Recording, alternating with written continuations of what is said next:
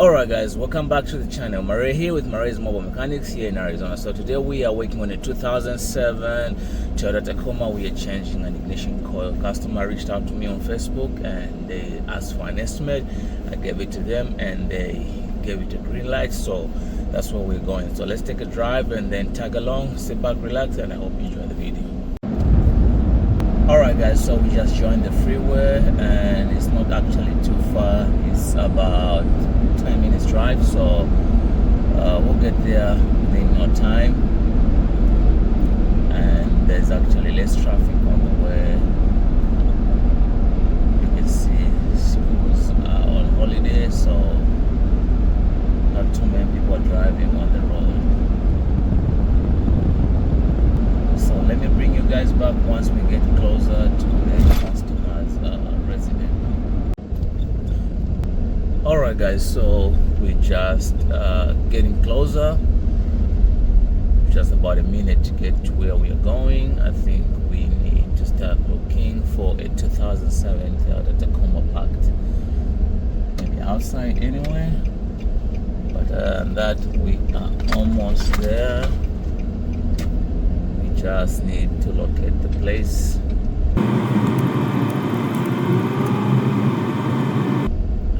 I see something on the outside, looks great. I think that's the one right there. Yeah, definitely this is the one right here. So let me prep myself and then let's get to work. Alright guys, so we got to our customer's place. We actually talked to them and actually the plan has changed. We are changing the ignition coil and the Serpentine belt. I'll show you in a minute. The belt is actually rusty. Let me look for my flashlight. Oh, there we go. I'll show you how we are looking on the belt. It's actually rusty. I mean, cracked. Let me see if I can actually show it on camera. So let's try to see if we can focus right there.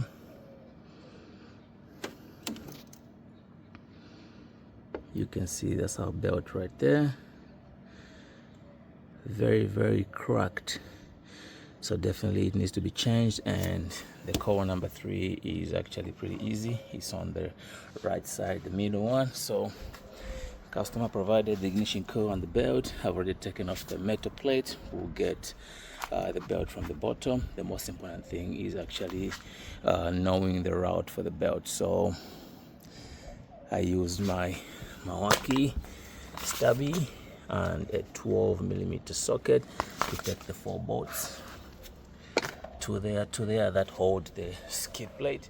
So we took that one out. We got our cardboard right there, and then to take the belt out we're going to use a 14mm socket with the icon ratchet. So let's get to work. Alright guys, so when you're at the bottom, your target is actually to locate the tensioner, which is this one right here. I don't know if you're able to see, but that's the one right there. So we're going to use the 40mm socket with our ratchet and then pull it down, take tension off the belt and take the belt off, and then we install the new one. So if you're using the icon ratchet, just put it in the off position. That's the direction you need to go when actually taking tension off the belt.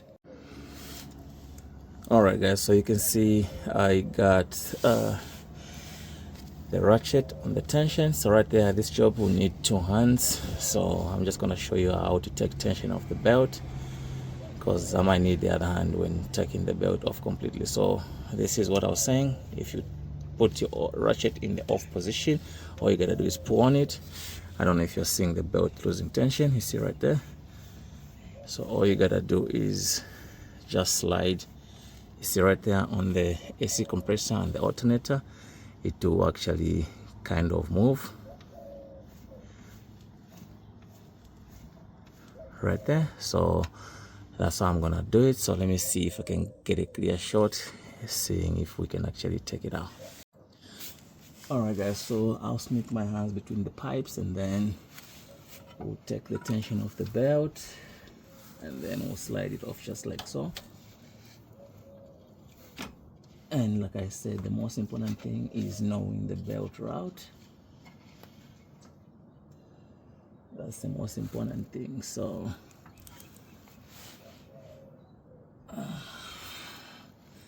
we got the belt out, so we need to actually wrap it around the fan to take it out. So let me do that, and then I'll bring you guys back.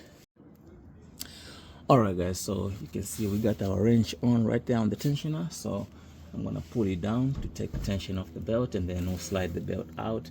Remember the belt route, and then we'll wrap it around off the cooling fan, and then we should actually put the new belt back on.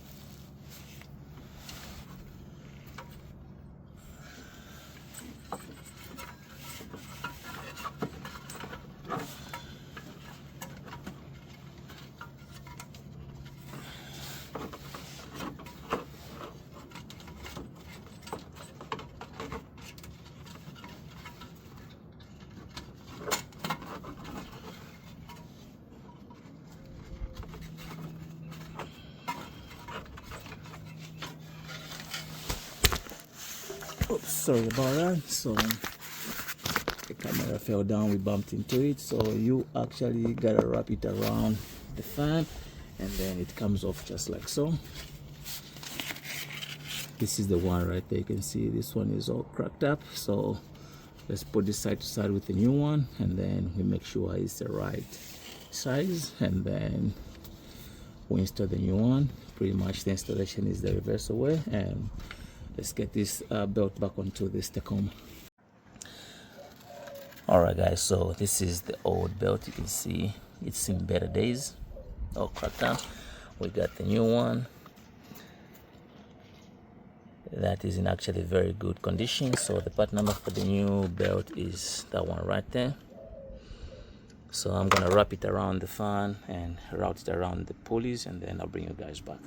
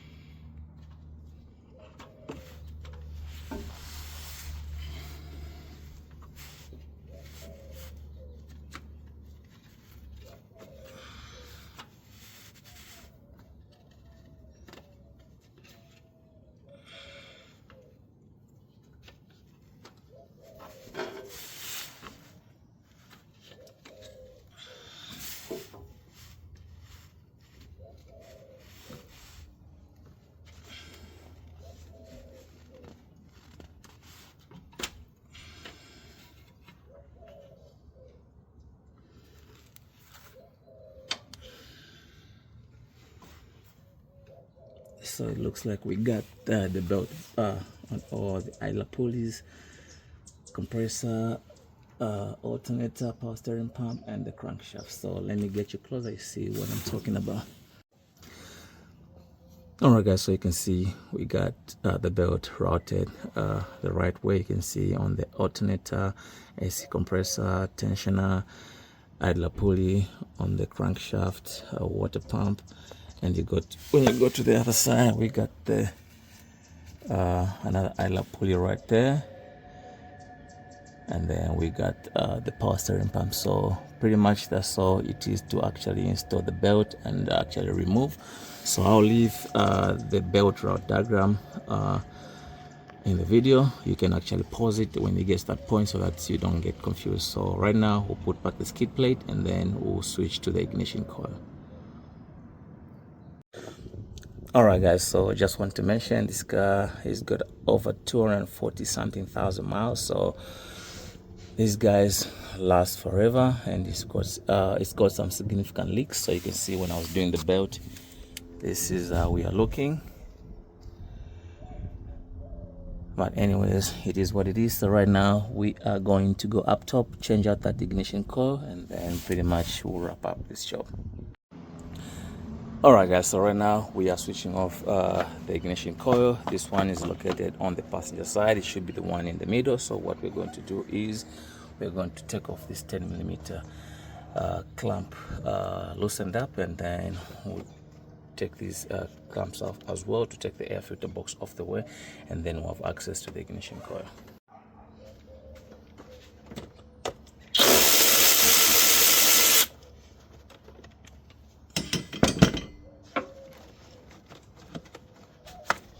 Just move it off the way just like so. Pull these clamps off, and then this should come off with the air filter altogether.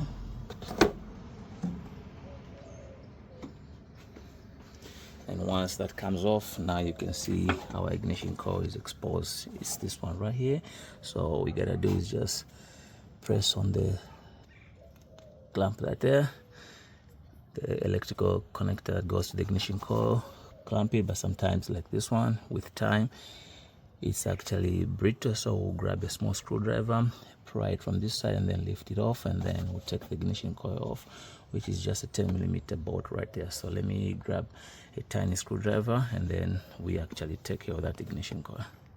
Alright guys, so we'll take off this 12mm bolt right there. We have another one on the other side, so that we can take this off the way, and then we can actually have a clear view of what's going on, because most of these videos are actually DIY, so that you can also learn to do stuff on your own car. To take the bolts out, put them somewhere safe so that you don't lose them, and then you can actually move this whole piece off the way. And now we got clear view of what we are doing. Let's actually focus right there. So like I was saying, with time these become brittle, so we'll grab a small screwdriver and then press right there, and clip it from right there. Be gentle, and then it comes off just like so. We'll grab our hyper tough, an extension in the 10mm socket to take off the bolt. Once you take it out, all you gotta do is just wiggle it off. It comes off, and like I said, customer had everything figured out already. And that's the part number for the ignition coil. We're using a Duralast ignition coil. I don't know what's going on with these Toyotas. Yesterday I was doing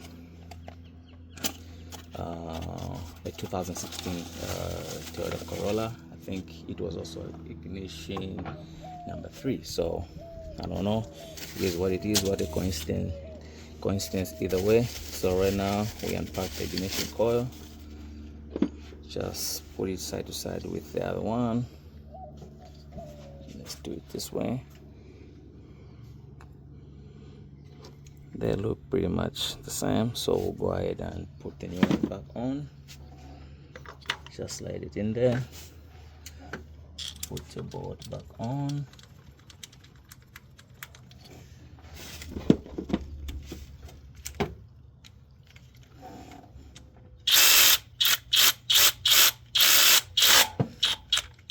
Don't go too crazy, and then you can plug in your ignition coil connector. Make sure it clicks, and pretty much just like so, you got that ignition coil replaced. So right now we'll go ahead and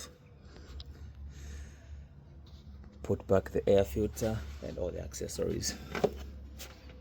Just go in there just like so. Make sure it locks in the tabs in the back right there.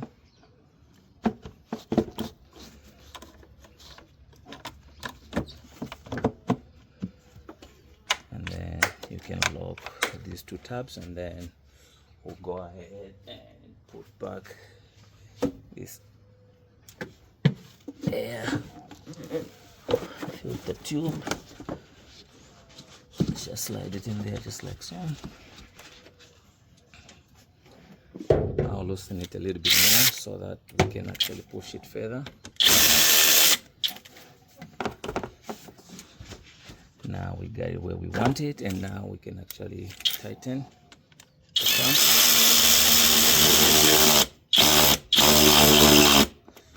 That's all you need. Right now we need to center this air knuckle. Make sure the bolts are aligned. Start the bolts by hand.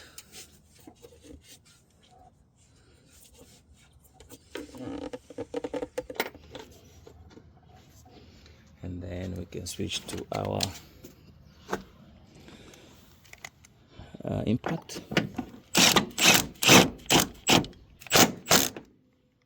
The same with the other side.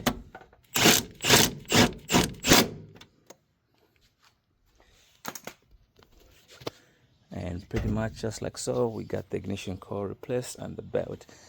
Alright guys, so after replacing the ignition coil, you put back your air filter box, air filter knuckle. And this truck definitely has got some high mileage. Let's go inside the vehicle and then check the mileage.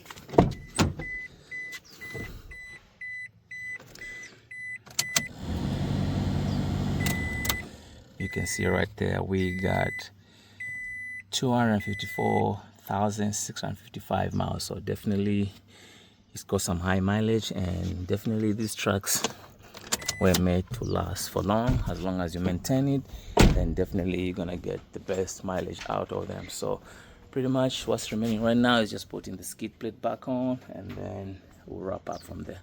Alright guys, so we put everything back together. Let's go inside to make sure the vehicle is running. And I know the customer had everything figured out by himself, but I noticed the engine check light is on, so let's confirm that. We were supposed to confirm that when we're starting the job, but either way, since customer already did that for themselves, you can see the engine check light is on.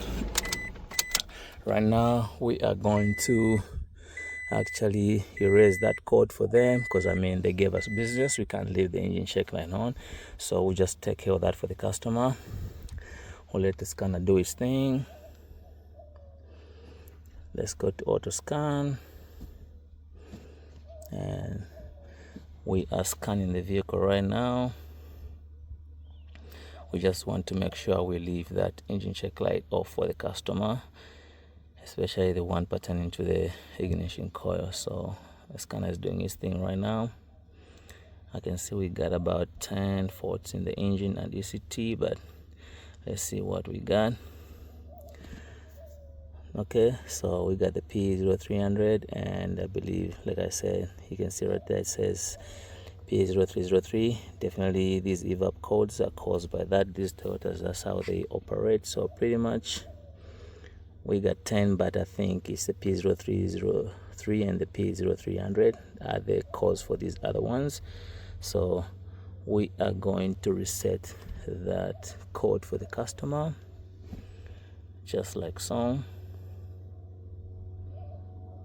And by the way, the vehicle is running okay, so which means our belt has been installed properly. The key is to find, not forget the route. So we got no cause right now. Let's turn the car off and then let's run it just to verify that for the customer. So the only light remaining is the maintenance light on. So pretty much that's all it is to replace an ignition coil and the Serpentine belt on the 2007 Toyota Tacoma. I hope you liked the video. Please don't forget to subscribe, like, share, follow for more videos like this. We'll see you on the next one.